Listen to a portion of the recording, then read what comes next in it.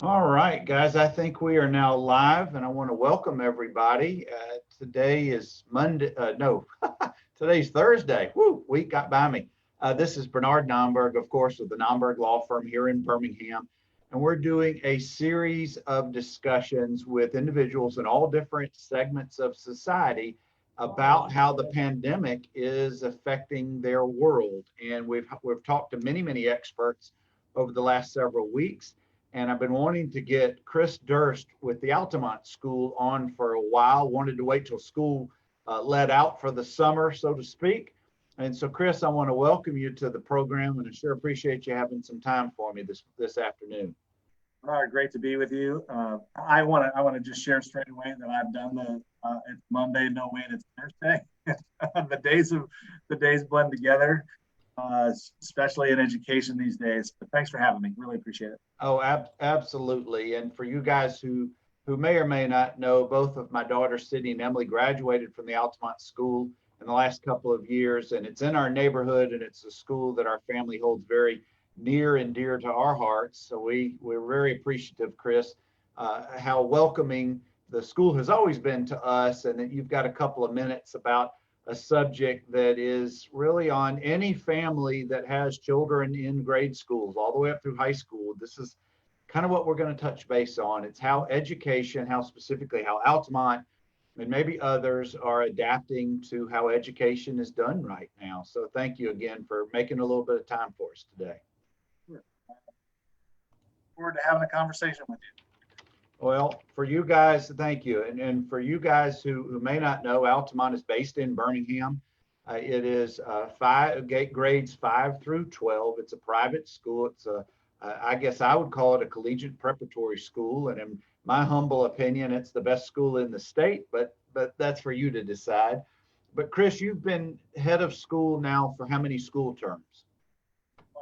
I'm going on my third year, coming up in 2021. Okay. I've been in independent school education for 32 years, and so I've done pretty much everything that there is to do in independent schools, from teaching sixth graders to running a school. So being at Altamont is fantastic. It is a warm and welcoming place, and I'm really happy to be here. It's fantastic. Well, one thing that you probably didn't have as much experience as you do now, because you got a crash course in it over the last couple of months, was dealing with the pandemic and still providing education. So where I want to start with this is, how did Altamont adapt? What did you guys do during the last part of the spring semester to be able to finish out the school term? Right. Well, we'll say this. Right? I will say that COVID-19 is something that I call the great leveler in education, because no matter how many years school has been around, and the number of graduates and influential alums, beginning in March of 2020, we all were put back at the same starting point. And it really sobered a lot of folks in the private school and independent school community, as well as certainly our public school brothers and sisters. It was a very difficult and unprecedented thing to manage, and I think that's the first thing your viewers ought to get a sense of, is that for a long time folks were flying by the seat of their pants and not really understanding where they were and where they were headed. I think for us, in terms of how we adapted to it, we had worked as a school to create systems that helped us manage certain types of disruptions, whether it be from a day off during snow to snow apocalypse to any kind of thing that would move us away from a regular school day. So we had built in some systems already that people were used to, that we could tap into. And we were really fortunate to get a kind of a 10-day head start on the actual preparation for the COVID-19 world. And we were really going to do it for 4 weeks, from March 12th, I think, through April 10th was our kind of our guidepost at the moment. And I think what was really successful for us, other than we had our systems in place, we made a commitment to a certain type of learning that was easily transferable into the virtual world.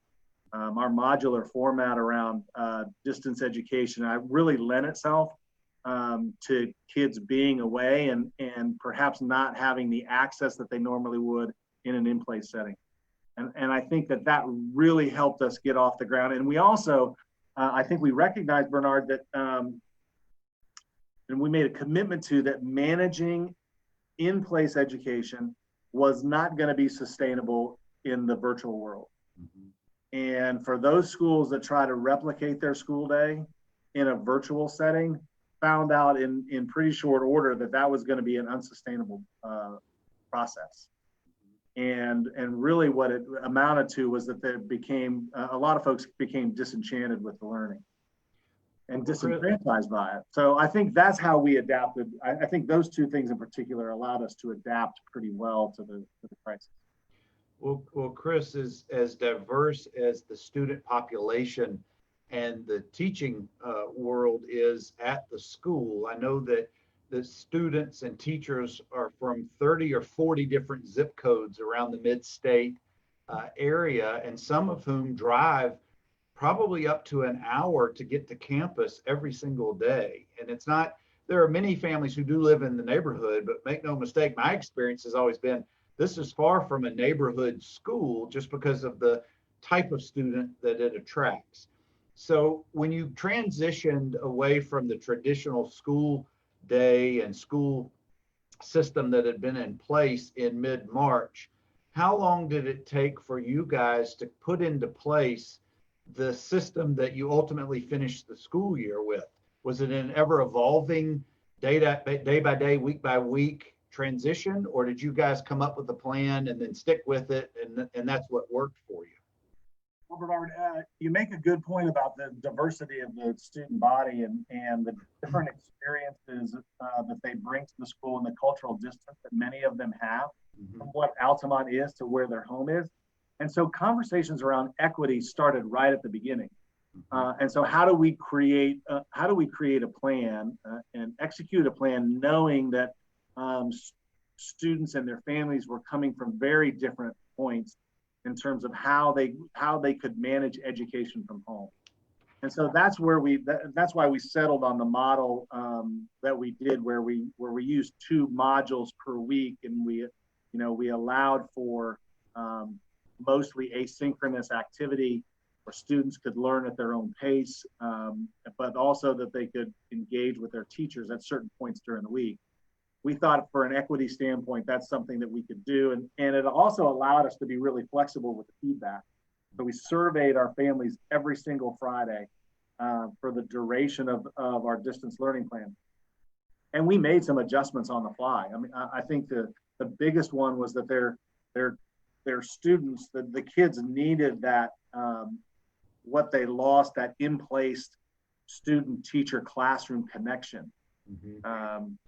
And, if we're all being honest about that, that's one of the hardest things to replicate in an online setting is how do you create that student engagement for a lot of our kids that really crave the community feel for it. And then the last thing I'll say about that is that while we heard a lot about that student engagement, we also heard quite a few stories that of the students that really appreciated the learning. In some ways, and for some students, the way in-place education is managed just doesn't work for them.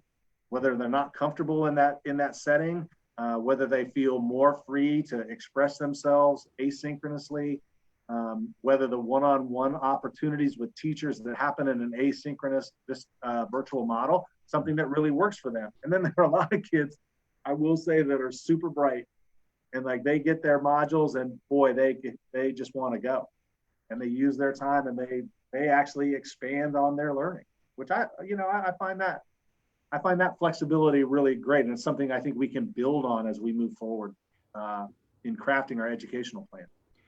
I'm envisioning, and here's where I want you to kind of guide us a little bit about a typical day, if you will. And I know you're probably going to chuckle. There's no such thing as a typical day in the last 2 months of this school term.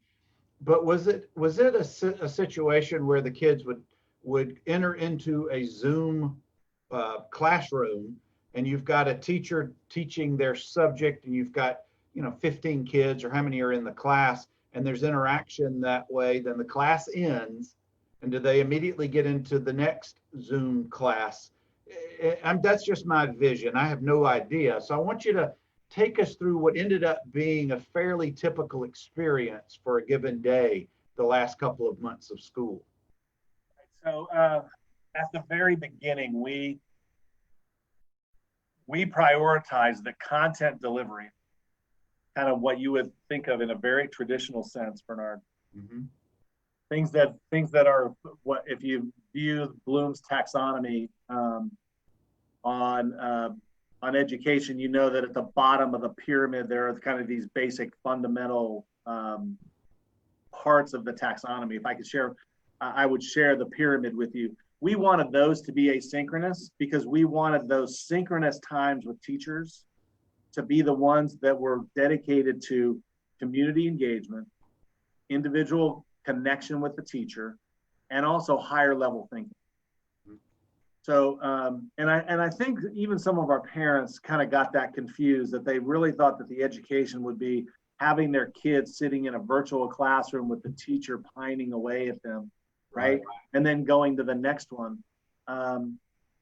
When in fact, that's really, that doesn't really work. We have a hard enough time doing that nowadays with kids and attention spans when we're in place.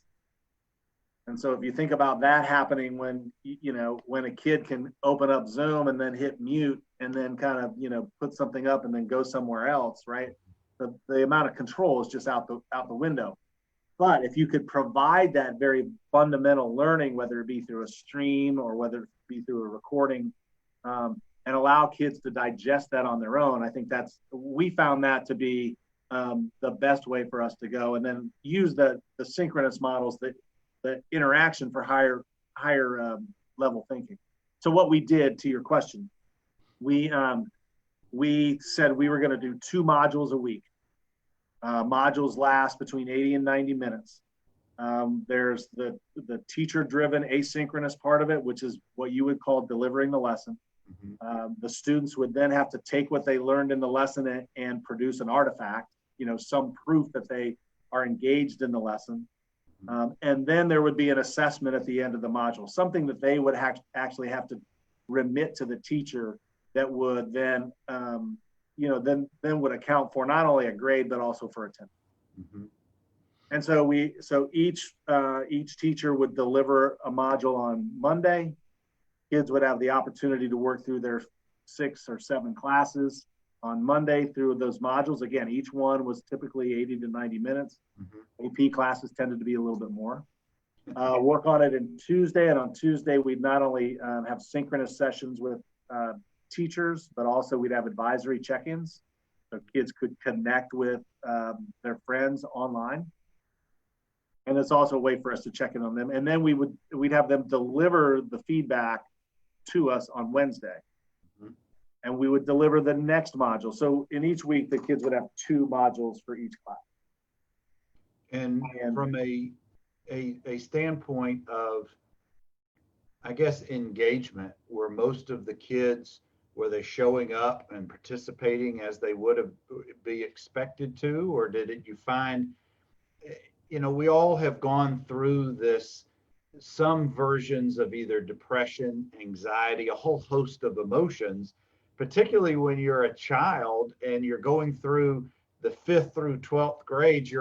It's a huge growth time. You can't expect the children, much less their parents, to automatically fall in line. So I guess what I'm asking is, did it take a while for the dust to settle and to the schedule to fall into place for everybody to get used to how the new education model and how y'all were going to handle it got into place? I think all of what you just described happened. Mm-hmm. I think for our older students, there was an extended period of grieving that took place. Mm-hmm. That I think we anticipated, but to the extent in which we fielded the grieving emotions, I think that was something that caught us a little bit, but it's perfectly natural. I think we were fortunate in that when we started our distance plan, on, I think it was the 12th, we knew that we had a week before spring break. Mm-hmm. So we did all we could do. We engaged everybody for a week. As you can imagine, at the end of that week, people were exhausted, totally exhausted. And then so we had spring break, sort of everyone recharged, and then we had the opportunity to look at the feedback and say, okay, let's do these things a little bit different. And so then we were able to come back and then recapture some momentum. And I think for a good while, we were not only getting pretty good results from our kids, but also feedback from our families about the things that we were doing well and not doing well. Mm-hmm. I think for the most part, our families really appreciated that all of our teachers were like super engaged with the modules, and that we're delivering important content. And we said all along, Bernard, look, this is a different way of attacking curriculum. It's not a less than. Mm-hmm. And as we found out, we had a number of students that actually really appreciated the way these modules brought the learning to them. Interesting. All so interesting. For those of you who are just joining us, or maybe watching us later on replay, I'm with Chris Durst, head of school at the Altamont School. We're talking about how grade schools have adapted over this during the spring. Every school, I think, took their own approach to this. I'm sure that there's a lot of similarities, regardless if it was private school or public school, but everybody's learning how they can best provide the education to their students. And we're going to get into the summer and the fall in just a minute, but I don't want to overlook, how did you guys handle 8th grade graduation and high school graduation, which are so important in the spring for really any school, but Altamont has such a neat way, the way they do it for both of those grades. How did y'all come up with what did you end up doing so that these kids could celebrate in some way their graduation? Well, we actually haven't had them yet. We had a nice parade for our seniors last Thursday, a week ago, and it was parents lined the sidewalk going up to the top of the hill here at Altamont, and we had our teachers come out, and the students in their cars drove around, and we celebrated them. They honked their horns at us. We also gave them their cap and gowns and some other information, other tidbits, if you will, that they'll carry with them going into the summer months. The graduation, we decided that really the best opportunity for us to do a graduation in a way that resonates with our families and our students would be to do it later in July. Mm-hmm. And so we're having a late July, last week in July graduation. And we're either going to have it here at the school, or we're thinking about having it offsite somewhere. But there will be a more formal setting where we can do the speeches, hand the awards out, et cetera. For the 8th graders, we're again doing it later on. We're planning to have a kind of welcome to high school moving up day in the 3rd week of August when we get back into school. So instead of celebrating them at the end of an 8th grade experience, we're gonna celebrate them as they enter into something new. I've never been a big fan of a kind of an 8th grade graduation at a K-12 or a 5 through 12 school, because we don't want people to consider it to be an exit point or an ending point for our students. So this is a way where we can celebrate those students, yet at the same time bring them into more of a, hey, this is a rite of passage ceremony. Well, very good. We'll be looking forward to seeing the pictures and the videos and hearing about that. I know that all the schools that we've seen in the last week or two, and some more coming up, different parts of the country, they're all handling it a little bit differently. We went to a one graduation here in town a few weeks ago, where it was just one child in the room at the time with the head of school, and it was walking across the stage, and only the family was in the auditorium. It was just a very surreal situation. And then we've all seen on the news how different bigger schools like Hoover and others have handled their versions of it. So I'm sure that whatever version y'all come up with will be a unique experience for them. But Chris, let's transition for a few minutes. Have you guys put into place a summer schooling program? And then I wanted to also talk about, if you're prepared to, about how you guys are going to be handling the fall going forward. We made a commitment decision, gosh, I want to say at the end of March, to go fully distance learning for our summer programs, and we kind of had different results with that. I think for the enrichment courses and the programs for some of the younger kids that span maybe 2 to 3 hours, those things kind of went quiet for us in the summer program. Our academic offerings have actually increased tremendously. And so we're really excited about our enrollment in summer school in a virtual setting for next year. For our summer programs, a lot of that is for credit forward for a student's curriculum going into high school, so they can earn credit and then take other things when they get into high school. And we find with the distance model, because they're working many respects at their own pace, they can take more than one class. Whereas in the in-place setting, they can only, because of the time constraints, they can only take one. So that's an added benefit for some of our students. As far as what we're doing for next year, boy, we are feverishly working to try to get everything lined up for a reopening on August 21st. That's our first day of school. And when I mean reopening, I'm talking about an in-person opening. And so there's a lot that goes into that process. We have to ensure that our families, our students, our faculty will be safe. We have to make sure that we can provide the program that everyone is accustomed to here at the school. And we also need to make sure that the school experience is maintained as best as possible. And with the guidelines that we have presently, it proves to be a huge challenge for us, especially with the demands for social distancing and PPE and things like that. Schools will look different. And I did a town hall with the families earlier in the month, and I was pretty upfront with them that, hey, a crowded hallway walking to and from class is not going to happen. A pep rally at this point in the fall is not going to happen. And neither is a crowded lunchroom. We just can't have those things given the guidelines that have been presented to us at this moment.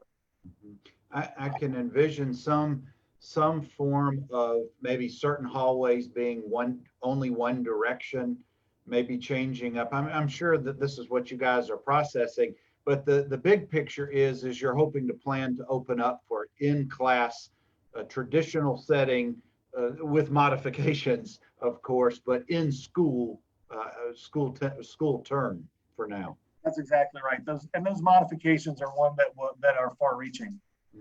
It's doing a density inventory throughout the facility here at Altamont to understand where our hotspots are in terms of student congregation. It's also doing a classroom inventory about how many students we can hold. It's also looking into what type of program that we're able to offer. The idea, Bernard, that transitions where there are connectivity congregation points with kids, we really have to identify those and minimize those, because that's kind of where, in those common times, that's when we're fearful that the transmission takes place. So what you're telling me is, I know it's no longer orange, but the Orange Bowl may be one of those spots that have to be addressed. We redid the Orange Bowl last year, and in fact, now it's one of those places where we've opened it up and we can actually teach larger classes there because it's a bigger space. We've increased the square footage, but old Orange Bowl, you're right. That would have been a really problem place. Well, when I showed my daughters a picture of the new version of it, they immediately shared it out with all of their classmates. It's like, have y'all seen this? But you guys have that awesome outdoor classroom that's been in place or been there as you drive up on the left. I don't know, for about 15, 20 years. I'm not sure how long it's been there, but I'm envisioning maybe more situations if the weather permits, that maybe there's other opportunities for outdoor classroom settings. I don't know, just a thought. Well, that's a good thought. In a roundtable session with other heads around the Southeast, that's a common theme right now, is how do we maximize our outdoor space given where we are geographically, in order to help with the density issues. And so looking into things like building out the outdoor space that you just referenced, creating kind of temporary covered spaces, whether it be with a tent or something else out on the field, so that classes could go there as well. Those are all possibilities that we're looking into.